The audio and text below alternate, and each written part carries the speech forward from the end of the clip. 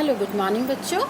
आज हम straight line सरल रेखा चैप्टर में आज जो है त्रिभुज की मध्यिकाओं का समीकरण ज्ञात करना देखेंगे। आज का यही हमारा टॉपिक है, त्रिभुज की मध्यिकाओं का समीकरण। तो यहाँ हमारा जो प्रश्न है ना, त्रिभुज की मध्यिकाओं का समीकरण ज्ञात कीजिए जिसके शीर्षों के निर्देशांक ऋण 1 6, ऋण 3 ऋण 9 और 5 और ऋण 8 है। तो सबसे पहले हम त्रिभुज ड्रॉ कर लेते हैं, फिर इसको बनाना चालू करते हैं। यहाँ हमने त्रिभुज बना लिया, अब इनकी मध्यिकाएं बना लेते हैं। ये हमारी पहली मध्यिका AD बना लिए। अब B से यहाँ पे खींचेंगे BE। ये हमारी पहली मध्यिका AD, B से जो गया है BE और C से CF। ये हमारी 3 मध्यिकाएं हो गई। जो दिया है त्रिभुज के ये शीर्ष है, ये हमारा शीर्ष है A। इसके निर्देशांक -1 और 6 ले लेती हूँ और ये x1 y1 का काम करेगा। और ये B के जो शीर्ष हैं उसको ले लेते हैं ऋण 3 ऋण 9 और C के जो निर्देशांक है उसको ले लेते हैं 5 और ऋण 8। ये हमने त्रिभुज बनाया और तीनों के शीर्षों को बता दिया। और ये जो है मध्यिकाएं, इनके हम समीकरण इस सवाल में निकालना देखेंगे। तो हम देख रहे हैं जो मध्यिका AD है वो भुजा BC को 2 समान भागों में बांट रही है, माने ये भुजा इस भुजा के क्या होगी, बराबर होगी। और ये जो दूसरी मध्यिका है BE, ये AC भुजा को 2 समान भागों में बांटती है, CE और AE, ठीक। और ये जो तीसरी मध्यिका CF, ये AB भुजा को 2 भागों में बांटती है। ये भुजा इस भुजा के इक्वल होगी, ठीक। तो जो जो दिया है वो सबको लिख लेते हैं। सबसे पहले हमारे प्रश्न में दिया है त्रिभुज के शीर्षों के निर्देशांक। त्रिभुज ABC के शीर्षों के निर्देशांक तो क्या क्या है उसको लिख लेते हैं। A का निर्देशांक था ऋण 1 और 6 और B के ऋण 3 ऋण 9 और C के जो हैं 5 और ऋण 8 ये है। और हमें निकालना क्या वो भी लिख लेते हैं। अच्छा, यहाँ पे मध्यिका क्या क्या है वो भी ले लेते हैं। माना AD BE CF मध्यिकाएं हैं, ठीक। 3 मध्यिकाएं होंगी। यहाँ तक तो हो गया। और AB का मध्य बिंदु, BC का मध्य बिंदु और AC का मध्य बिंदु जो है उसको भी बता देते हैं। तो सबसे पहले DEF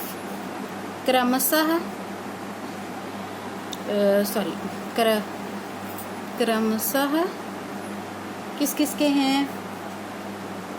BC, D जो है BC का था, E जो है AC का है और AB का F है, AB का F था के मध्य बिंदु है। यहाँ तक हम लोगों ने लिख लिया। आगे इसको मध्य बिंदु का जो फार्मूला था उससे लगाते हैं। तो सबसे पहले मैं D से स्टार्ट करूँ तो D के निर्देशांक क्या होगा। D जो है किसका मध्य बिंदु था, एक बार चित्र में आ जाते हैं, BC का था। तो ये क्या होगा, ये फार्मूला होता है x1 + x2/2 y1 + y2/2।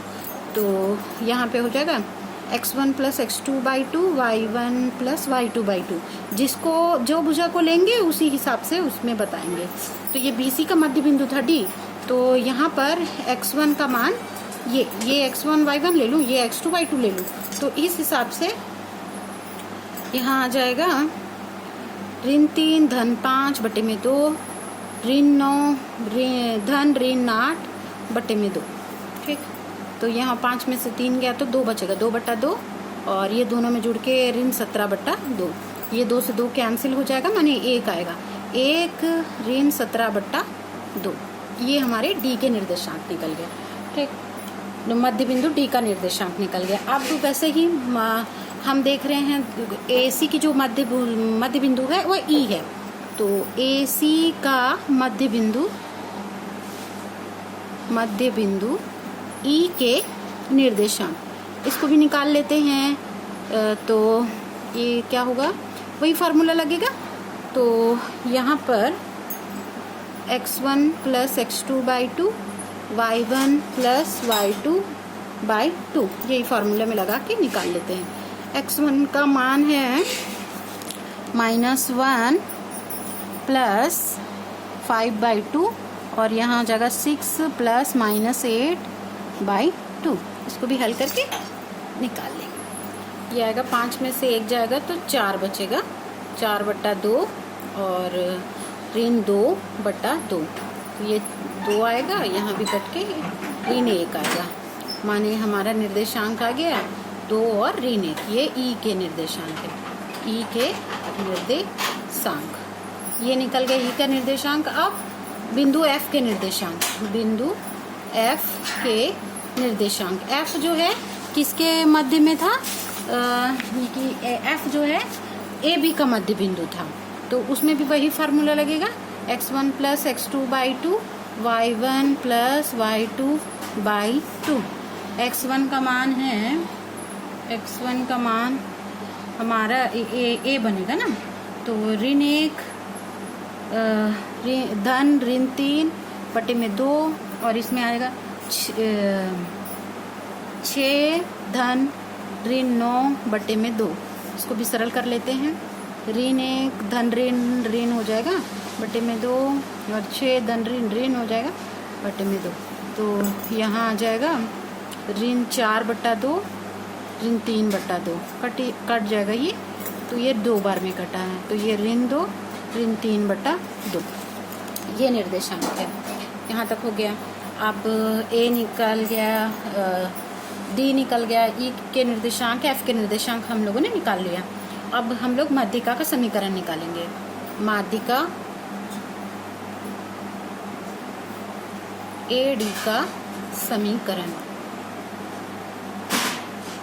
AD का समीकरण ये भी फार्मूला होता है, y minus y1 is equal to y2 minus y1 upon x2 minus x1 और ये इंटू में x माइनस x1 होता है। ठीक, y माइनस y1 की वैल्यू यहाँ a और ये d, a के निर्देशांक x1 y1 और d के निर्देशांक x2 y2 का काम करेंगे। तो यहाँ पे a के निर्देशांक में y1 का मान है 6, y2 का मान d के निर्देशांक का मान होता है और d के निर्देशांक 1 और ऋण 17/2 आया है, तो ये y का मान है ऋण 17/2 हो जाएगा। ऋण y1 का मान ये a का निर्देशांक है, a का मान ऋण 1 है, तो यहाँ एक ऋण 1 रख दिए। नहीं, ये y1 का मान, y1 जो है 6 है, 6, तो ये 6 आएगा जी।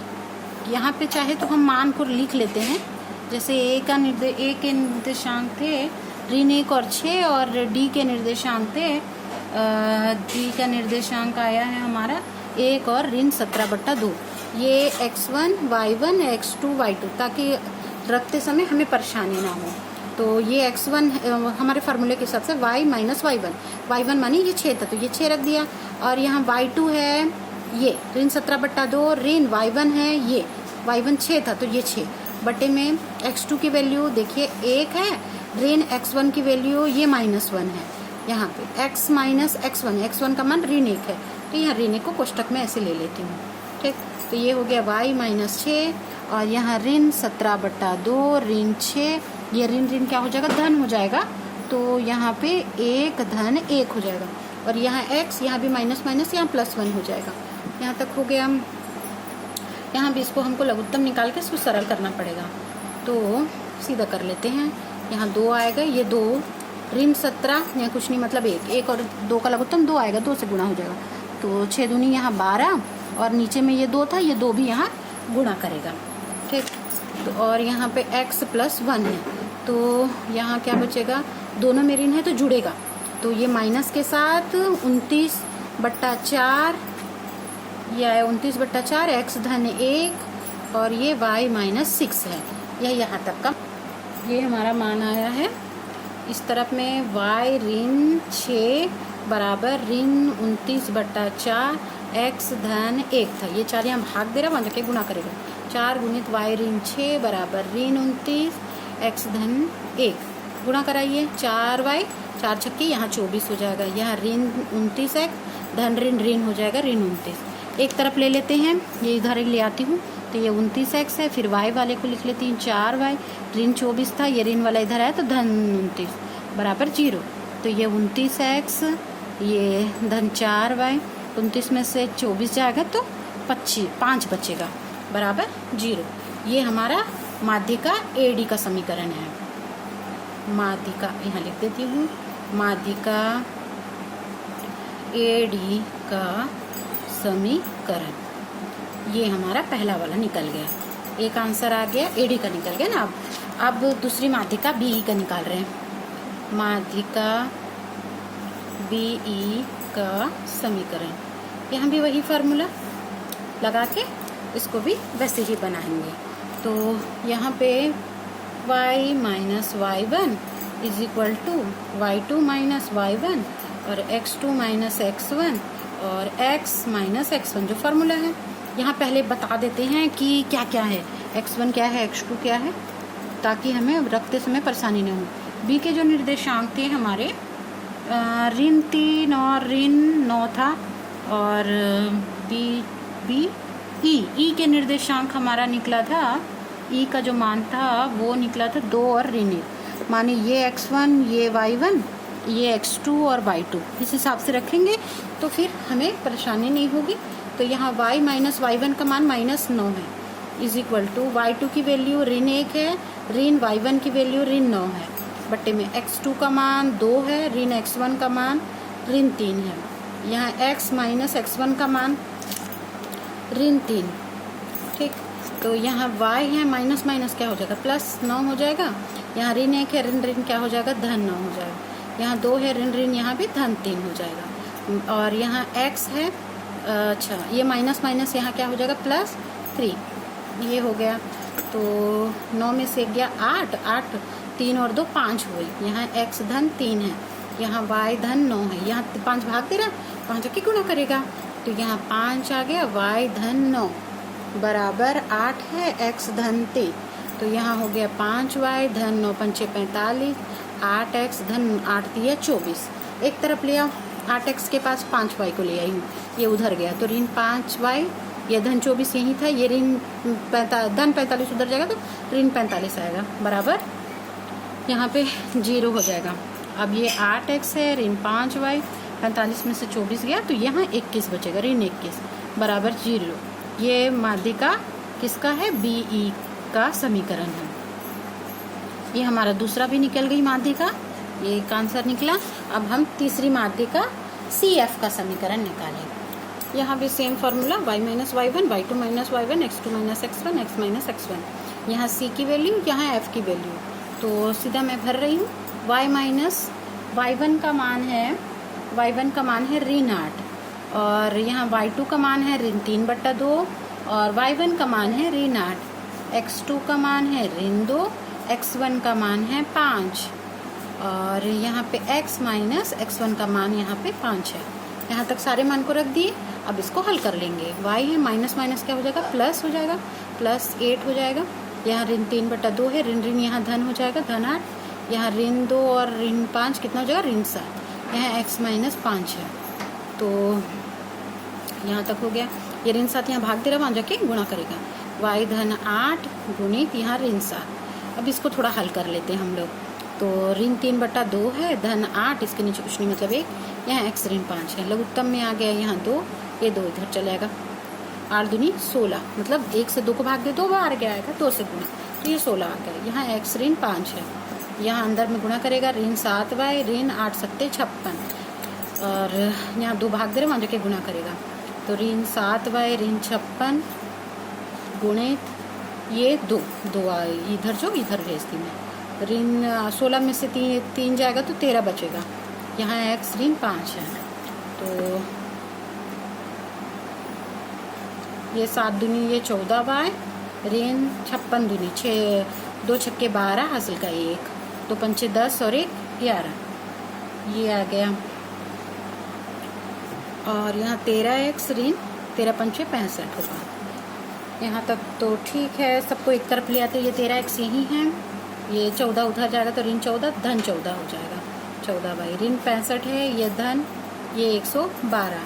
तो आप 112 में 65 को घटाएंगे तो यहाँ बचेगा 47 इज इक्वल टू, इस तरफ में कुछ नहीं बचा मैंने 0। 13x धन 14y और यहाँ पे बच रहा है 47, 47 इज इक्वल टू 0। ये हमारा तीसरा समीकरण है। माध्यिका क्या चीज़ है? CF का समीकरण। इस प्रकार से हम लोगों ने मध्य बिंदु निकाला। मध्य बिंदु के बाद सीधा माध्यिका के समीकरण पे आए। इस स्टेप से आप बना सकते हैं इस क्वेश्चन को।